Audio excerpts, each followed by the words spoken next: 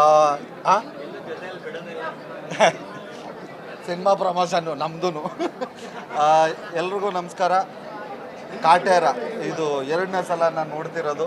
ನಿಜಕ್ಕೂ ಹೌದು, ರಿಲೀಸ್ ಮುಂಚೆನೂ ನೋಡಿದ್ದೆ. ಈಗ ರಿಲೀಸ್ ಆಗಿ ಎಲ್ಲರೂ ಕರ್ನಾಟಕದಲ್ಲಿ ಒಂದು ದೊಡ್ಡ ಮಟ್ಟ ಯಶಸ್ಸು ಕೊಟ್ಟ ಮೇಲೂ ನೋಡ್ತಾ ಇದ್ದೀವಿ. ನಿಜಕ್ಕೂ ಅಪ್ಪಾಜಿ ಸೂಪರ್.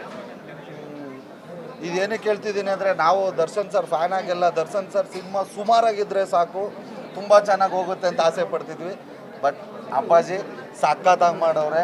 ಆಮೇಲೆ ಒಂದು ಕಮರ್ಷಿಯಲ್ ಆಗಿ ದರ್ಶನ್ ಸರ್ ಆ್ಯಕ್ಟ್ ಮಾಡವ್ರೆ. ಆಮೇಲೆ ಇನ್ನೊಂದು ಸ್ಪೆಷಲ್ ಏನಂದರೆ, ಇವತ್ತು ನನಗನ್ಸಿದ್ದು, ಒಂದಷ್ಟು ಕಡೆ ಕೇಳ್ತಾ ಇದ್ವಿ ಹಳೆ ಕಲಾವಿದರುಗಳನ್ನ ಬಿಟ್ಬಿಟ್ಟವ್ರೆ ಅಂತ.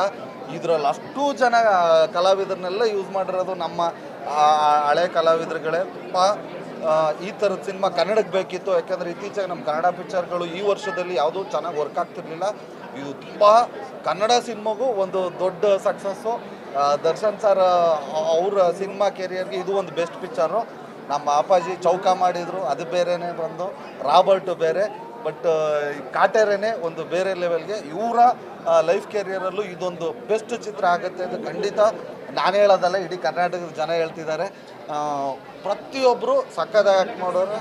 ಅಲ್ಲಲ್ಲಿ ಅಳು ಬರುತ್ತೆ, ಒಂದು ಮನಸ್ಸಿಗೆ ಕಲ್ಕೋ ಥರದ್ದು ದೃಶ್ಯಗಳಿದೆ. ಇನ್ನೂ ತುಂಬ ಜನ ಇದ್ದಾರೆ, ನಾನು ಜಾಸ್ತಿ ಮಾತಾಡಲ್ಲ. Thank you so much. Thank you. 26ನೇ ತಾರೀಕು ಜನವರಿ 26ಕ್ಕೆ ಉಪಾಧ್ಯಕ್ಷ ರಿಲೀಸ್ ಆಗ್ತಿದೆ. ಇದನ್ನು ಕಟ್ ಮಾಡಬೇಡ್ರಿ, ಹಾಕ್ರಿ. ಜನವರಿ 26ಕ್ಕೆ ನಮ್ಮದು ಉಪಾಧ್ಯಕ್ಷ ರಿಲೀಸ್ ಆಗ್ತಿದೆ. ದಯವಿಟ್ಟು ನೋಡಿ, ಹರಿಸಿ, ಆಶೀರ್ವಾದಿಸಿ.